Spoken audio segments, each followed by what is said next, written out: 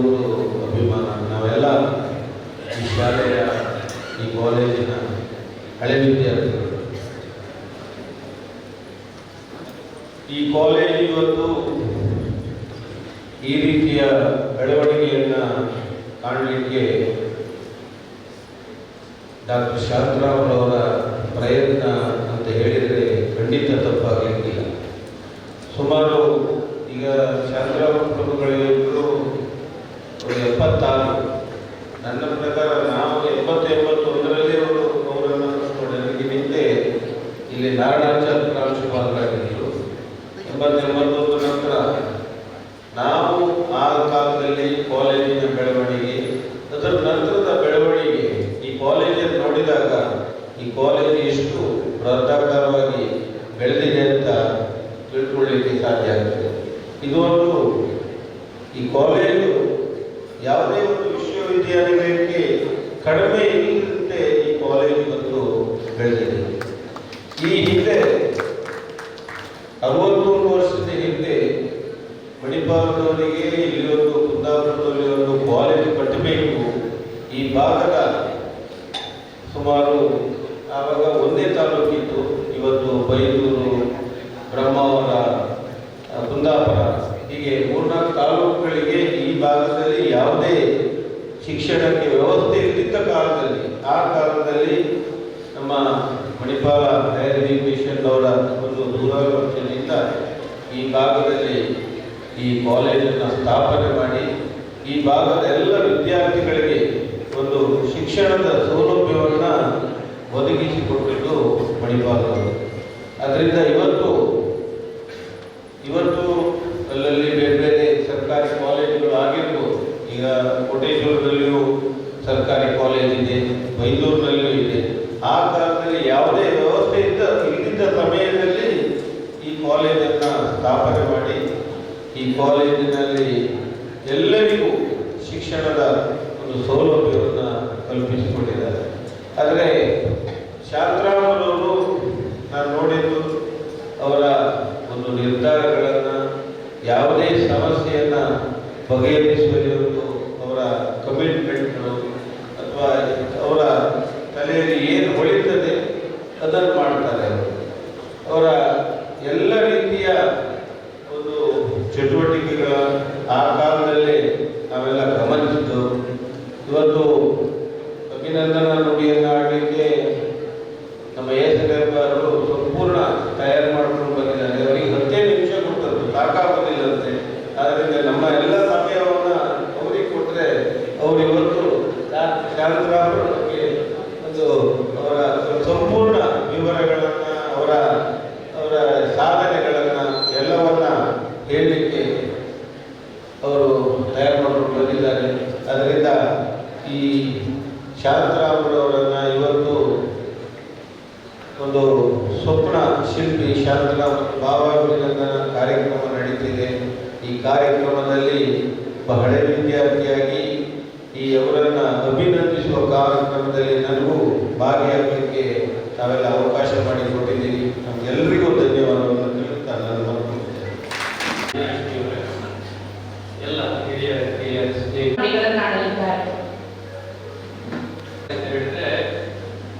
ಮೊದಲಿಗೆ ಇವತ್ತಿಯೂ ಕೂಡ ಅದನ್ನು ಅವರು ರಿಪೀಟ್ ಮಾಡ್ತಾರೆ ಅಂತ ಹೇಳಿದ್ರೆ, ಈ ನಮೂನೆಯ ಒಂದು ವ್ಯಕ್ತಿ ಅಪಾರವಾದ ಸ್ಮರಣ ಶಕ್ತಿ ಮತ್ತು ನೆನಪು. ನಿನ್ನೆ ಒಂದು ಸಂದರ್ಶನ ಕೂಡ ಸ್ನೇಹಿತಿದ್ದಾರೆ 90 ವರ್ಷ ಹೆಂಡತಿಯನ್ನ ಮೈ ಲವ್ ಮೈ ಡಾರ್ಲಿಂಗ್ ಎಂಥ ರಸಿಕತನ ಮಾಡಿದೆ ಅಂತ ಹೇಳಿದೆ.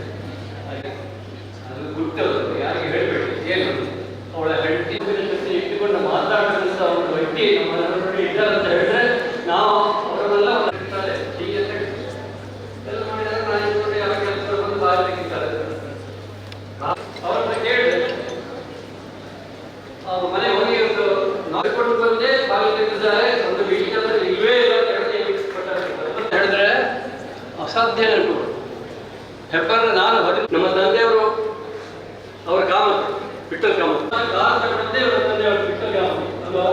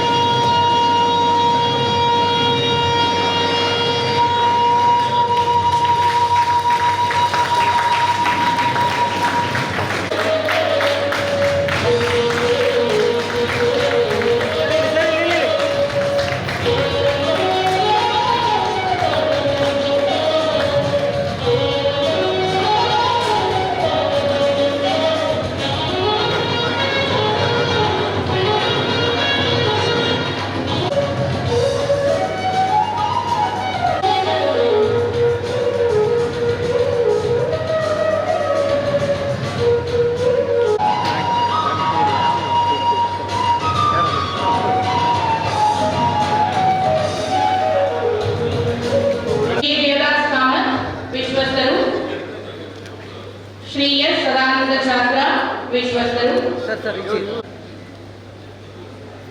ಶಿಕ್ಷಕ ರಕ್ಷಕ ಸಂಘದ ಅಧ್ಯಕ್ಷರಾದ ಶ್ರೀ ಎಸ್.ಎನ್. ಸದಾನಂದ ಕಾಮತ್, ಎಸ್.ಎನ್. ಹೆಬ್ಬಾರ್ ಅವರು ಗೌರವಾರ್ಪಣೆಯನ್ನು ಸಲ್ಲಿಸಬೇಕಾಗಿ ಕೇಳಿಕೊಳ್ಳುತ್ತಿದ್ದರು. ಡಾಕ್ಟರ್ ರೇಖಾ ಬಿ. ಬನ್ನಾಡಿ, ಜಿ.ಎಸ್. ಹೆಗ್ಡೆ, ನಾರಾಯಣ ತಂತ್ರಿ,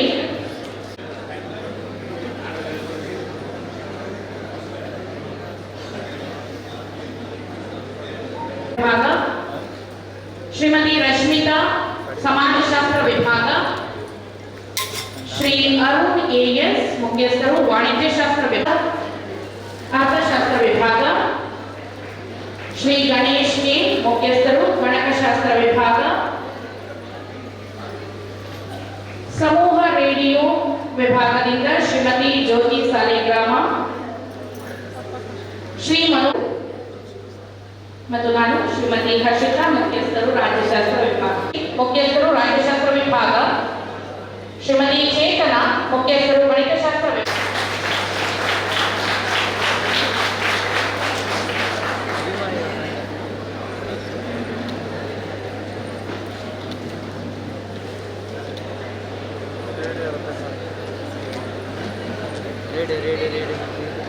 ವಿಭಾಗ ಡಾಕ್ಟರ್ ಸರೋಜಾ ಎಂ, ಜೀವಶಾಸ್ತ್ರ ವಿಭಾಗ, ಮುಖ್ಯಸ್ಥರು ಜೀವಶಾಸ್ತ್ರ ವಿಭಾಗ. ಇವರೆಲ್ಲರೂ ಗೌರವಾರ್ಪಣೆಯನ್ನು ಸಲ್ಲಿಸಬೇಕಾಗಿ ಕೇಳಿಕೊಳ್ಳುತ್ತೇನೆ.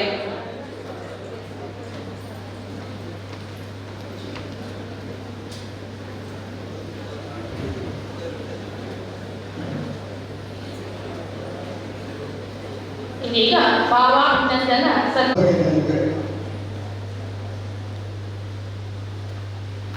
ಈ ಸಂದರ್ಭದಲ್ಲಿ ನನಗೆ ಮಾತು ಹೊರಡುತ್ತದೆ. ನಿಮ್ಮೆಲ್ಲರ ಮಾತುಗಳೆಲ್ಲ ಕೇಳುತ್ತಾ ಇದ್ದಾಗ ಯಾವ ವ್ಯಕ್ತಿಯ ಬಗ್ಗೆ ನೀವು ಮಾತಾಡ್ತಾ ಇದ್ದೀರಿ ಅನ್ನೋ ಯೋಚನೆ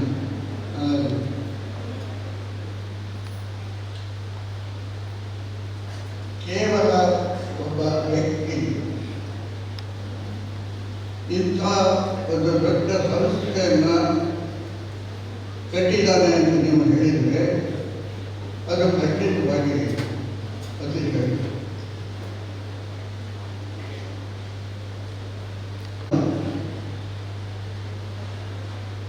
ಆ ಕೆಲಸವನ್ನು ನನಸು ಮಾಡಲಿಕ್ಕೆ ಪ್ರಯತ್ನ ಪಡ್ತಾ ಇದ್ದೆ.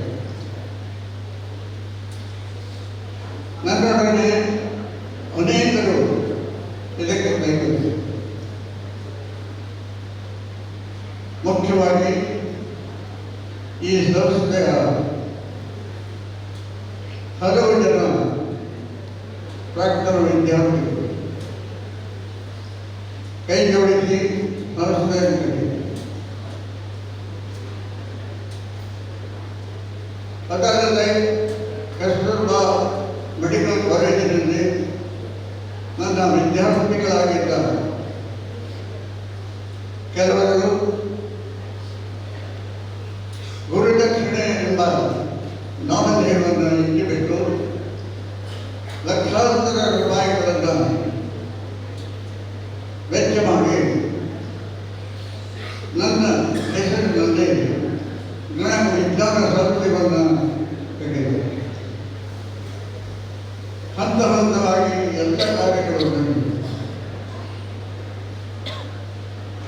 ಸ್ವಪ್ನದ ವಿಚಾರ ಮಾತನಾಡಿದ್ದಾರೆ. ಇದು ನಿಜವಾದ ಒಂದು ಇವತ್ತಿಗೂ ನನಗೆ ಸ್ವಪ್ನವಾಗಿ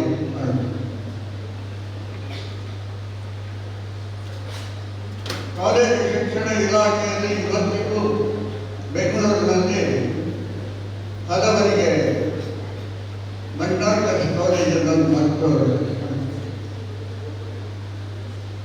ಅವರ ಮಾತಿನಲ್ಲಿ ಅವರು ಹೇಳಲು ಇದು ಶಾಸ್ತ್ರಗಳ ಖಂಡಿತ ಒಬ್ಬ ವ್ಯಕ್ತಿಯ ಕಾಲೇಜು, ಅದು ಆಡಳಿತ ಸಾಧ್ಯವಿಲ್ಲ.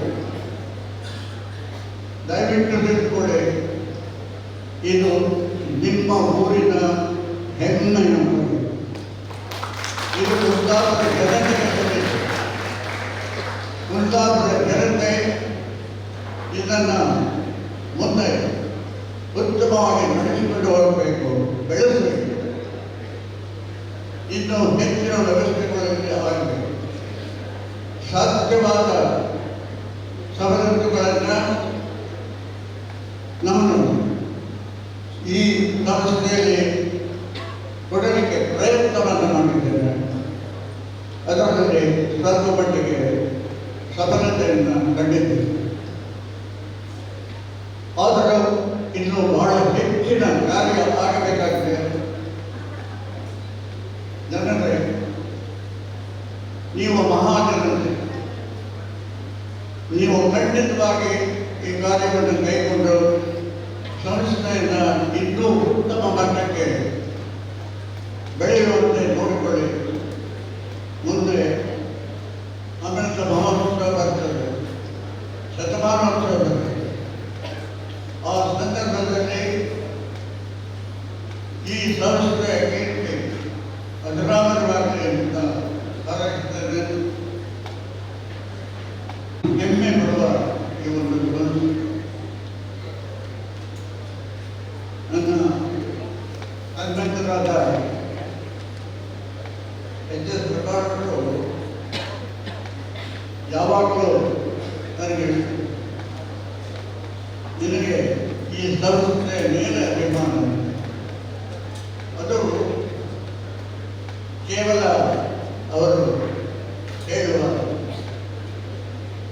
ಒಂದು ಅತಿಶಯೋಕ್ತಿ ಅಂತ ನಾನು ತಿಳಿದಿದ್ದೇನೆ. ಅಕಾಡೆಮಿಯ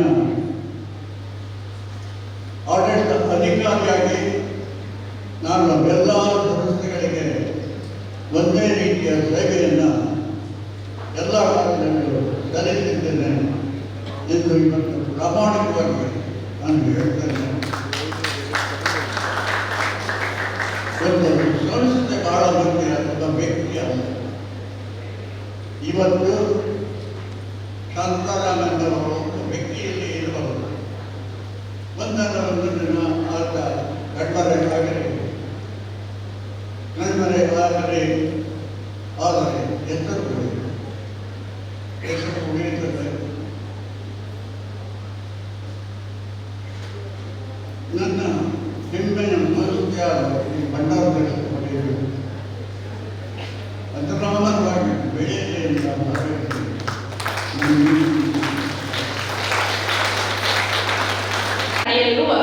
ಶೈಕ್ಷಣಿಕ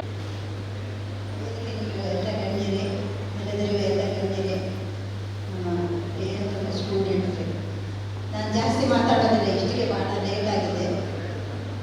ಮತ್ತು ನಾನು ಮಾತಾಡುವಷ್ಟು ಸಾಮರ್ಥ್ಯನೂ ಇಲ್ಲ.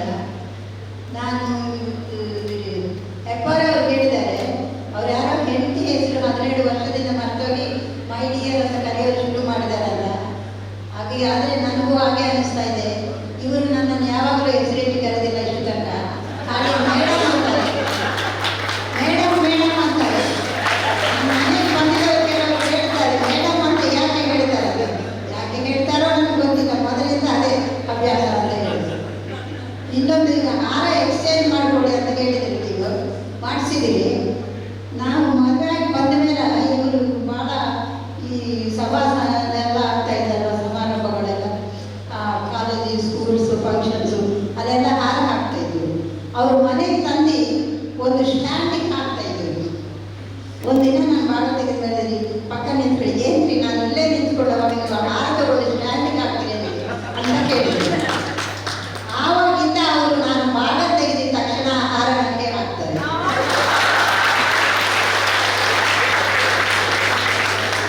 ಮತ್ತು ನೀವೆಲ್ಲರೂ ಇಷ್ಟು ಟೈಮ್ ಕೂತ್ಕೊಂಡು ನಮಗೆ ಈ ಸನ್ಮಾನ ಎಲ್ಲ ಮಾಡಿದ್ರಿ. ನಿಮ್ಗೆಲ್ಲರಿಗೂ ತುಂಬ ಥ್ಯಾಂಕ್ಸು. ನಾನು ಕುಂದಾಪುರ ಅವರಂದರೆ ನನಗೆ ಪಾರ್ಶಿಯಾಲಿಟಿ ಇಲ್ಲ, ಆದರೆ ಕುಂದಾಪುರ ಅವರಂದರೆ ನನಗೆ ಭಾಳ ಇಷ್ಟ. ಯಾಕಂದರೆ ನಾನು ಮೊದಲಿಂದ ಇಲ್ಲೇ ಈ ಲೈಬ್ರರಿಗೆ ಬರೋದು, ಇವ್ರ ಜೊತೆ ಬರೋದು, ಒಡನಾಟ, ಇದು ನಮ್ಗೆ ಹೋಗ್ಲಿ ಅನ್ನಿಸ್ತದೆ ಕುಂದಾಪುರ ಜನ. ಹಾಗಾಗಿ ನೀವು ಎಲ್ಲರೂ ನಮಗೆ ಇಷ್ಟು ಆಪ್ಯಾಯತದಿಂದ ಮಾಡಿದಿರಿ, ತುಂಬ ಥ್ಯಾಂಕ್ಸು.